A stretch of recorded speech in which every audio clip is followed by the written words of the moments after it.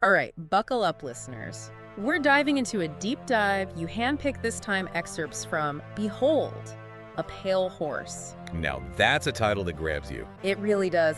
This 1991 book by William Cooper, phew, it's not your average beach read. Let's just say it's not exactly lighthearted. No. We're talking full-on conspiracy theories here.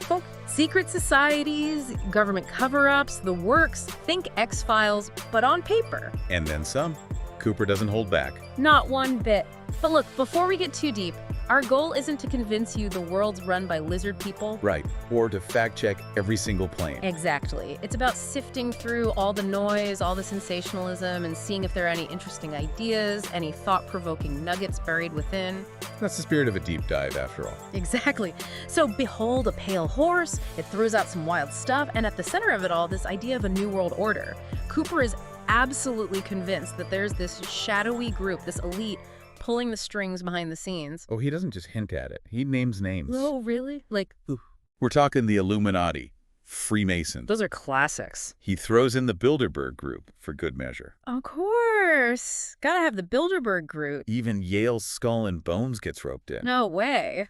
Not the Yale boys. Cooper sees them all as part of this big interconnected machine, all working towards one goal. And that goal being? A new world order. A world under their control. So it's like a giant conspiracy theory puzzle, and Cooper's trying to put all the pieces together? Exactly. He connects events like JFK's assassination. Oh, wow, he went there. He links it all back to this supposed shadow government. Saying they're behind it all. That's his claim, yeah. And, this fear of powerful groups, these hidden forces manipulating things, it really reflects the anxieties of the time. The Cold War was ending. The Soviet Union was collapsing. Lots of uncertainty in the air. People were looking for answers, trying to make sense of a changing world. And Cooper swoops in with, Behold, a Pale Horse. Offering his interpretation, his version of events. But he doesn't just point fingers, does he? He claims he's got actual evidence. Oh yeah, he's got his proof.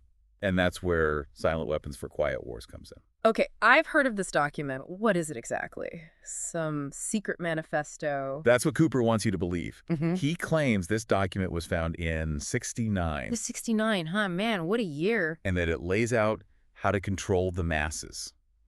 We're talking economics, social engineering, the whole shebang. So it's the playbook for how this shadow government operates, according to him. Supposedly. And it gets really wild really quickly. He talks about things like shock testing the economy. Shock testing? What does that even mean? The way he describes it, it's like intentionally causing chaos and instability. To what end? Why would anyone do that? Because when people are scared, when they're unsure about the future, they're easier to control. That's the idea, at least according to Cooper. And he doesn't shy away from using strong language to get his point across. Yeah, I've heard he's not exactly known for his subtlety. Let's just say he's very direct. But strong language aside, what's the core message here? Control. He believes we're being controlled in ways we don't even realize. Our thoughts, our behaviors, our very lives. And not for our benefit, obviously. No, he sees it as a way to strip us of our individuality, to make us easier to manage, to control. He even uses the word cattle to describe what he thinks they want us to become. A herd that's easily led. It's a pretty bleak outlook. It is. But we've only scratched the surface. We haven't even touched on his claims about aliens yet. Oh yeah, Cooper and the aliens. We can't forget about that. So we've got government control, secret societies, and now aliens entering the chat. What's Cooper's take on extraterrestrial? Oh, he goes all in. He's convinced that the government, specifically the U.S. government, has been covering up alien contact for decades. Decades? Where does he even begin with that? He points to a supposed meeting between President Eisenhower and aliens back in the 1950s. Eisenhower meeting aliens. Come on now. That's just the tip of the iceberg, according to Cooper. He talks about secret space programs, hidden bases on the moon and Mars, the whole shebang. This is starting to sound like a sci-fi movie plot. Right. But Cooper presents it all as fact. He even brings up this British mockumentary called Alternative 3 as evidence. A mockumentary, as in not a real documentary. Exactly. It was all a hoax. But Cooper took it as proof that the government was hiding the truth about aliens. So he latched onto this fake documentary to support his claims. It played right into his narrative. But here's the thing. Even though Alternative 3 was fiction, it tapped into real fears that people had at the time. The Cold War, nuclear threats, you name it. People were primed to believe that powerful forces were working in secret. So Cooper was tapping into those anxieties, those existing fears about the unknown. Exactly. He was giving a voice to those fears, weaving them into his grand conspiracy theory. And it's not just about aliens visiting Earth, is it? Cooper takes it a step further, linking it to this larger idea of a new world order. For Cooper, it's all connected. The alien cover-up, the secret societies, the control, it's all part of the same sinister agenda. And that agenda being world domination, enslavement of the human race. Well, he doesn't mince words. Cooper believes that this new world order isn't just about power, it's about reducing the global population. You're reducing the population, that's a pretty heavy accusation. He claims they want to eliminate anyone they deem unfit to create their own perfect world order. And how does he suggest they plan to do that? He points to things like engineered pandemics, forced sterilization, you name it. He even suggests there are secret government plans for martial law and concentration camps. Concentration camps. Yeah. That's taking things to a whole other level. He really amps up the fear factor. And to be fair, there have been real instances of governments overstepping their bounds, violating human rights. So it's not entirely out of the realm of possibility. Okay, so there are historical precedents for some of his concerns, even if his conclusions are extreme. Exactly. But we have to remember that Cooper often takes things to the extreme. He sees conspiracies everywhere, hidden agendas in every corner. And he's got a document for everything, doesn't he? He does seem to have a knack for digging up obscure documents and interpreting them in ways that support his theories. Like that silent weapons for quiet wars thing. That's a big one. But he also points to things like Operation Garden Plot and Operation Cable Splicer, claiming they're evidence of a plan to suppress dissent and control the population. I'm guessing these are real government programs, but he's putting his own spin on them. That's one way to look at it. What about FEMA? I've heard he had a lot to say about them too. Oh yeah, FEMA was a big one for Cooper. He saw them as a tool for establishing a police state, ready to seize control during a national emergency. So instead of disaster relief, he saw them as a potential threat to freedom. Basically. He believed they were stockpiling weapons, building secret camps, preparing for the day they can unleash their power. Again, playing on those fears of government overreach, of losing control. Right. And it's important to note that many of his claims about FEMA, about these alleged government programs, have been debunked by researchers and historians. So while his concerns about government power might resonate, his interpretations of the evidence are questionable at best. To say the least. But that doesn't mean we should dismiss his work entirely.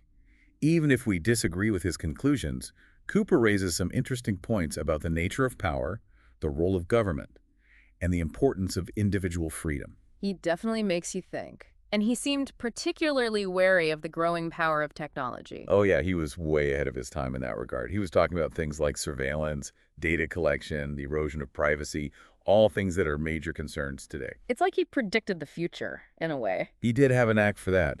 He even warned about things like transponders in airplanes and tracking devices in cars, which seemed like science fiction back then, but are now commonplace. It's a little unnerving how some of his predictions have come true. But even if he was right about the technology, does that mean he was right about the motivations behind it?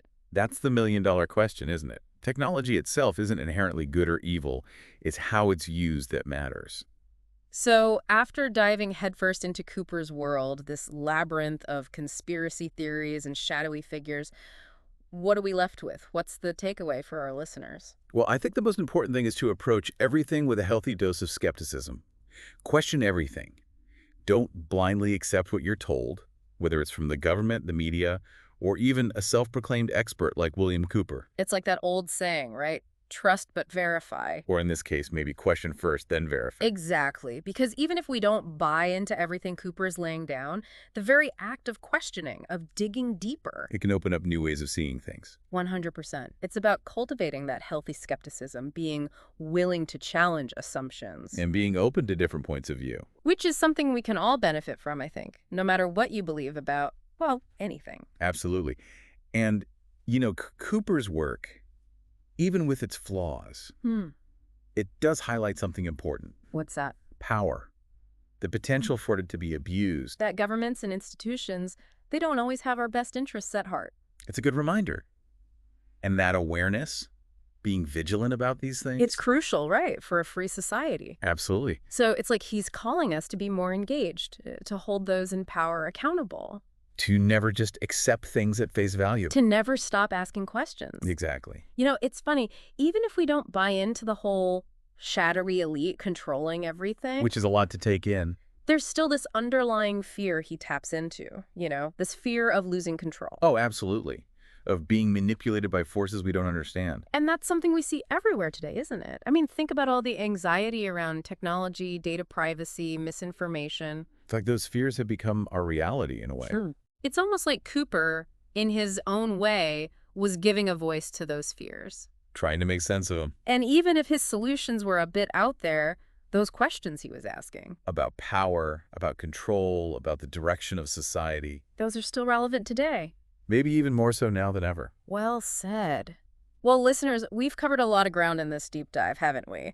Secret societies, government cover-ups. Alien encounters, let's not forget those. Right, aliens, the whole 9 yards. And whether you're sitting there nodding along or thinking, whoa, this is crazy. Or a bit of both, perhaps. One thing's for sure, behold a pale horse. It gets under your skin. It makes you think. It takes you on a wild ride, that's for sure.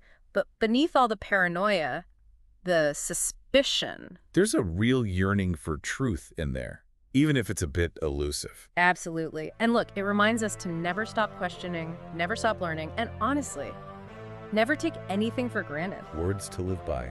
And on that note, listeners, we'll leave you with this. What if, and just hear me out here, what if Cooper was asking the right questions? Even if his answers were a bit off. Exactly. Something to chew on.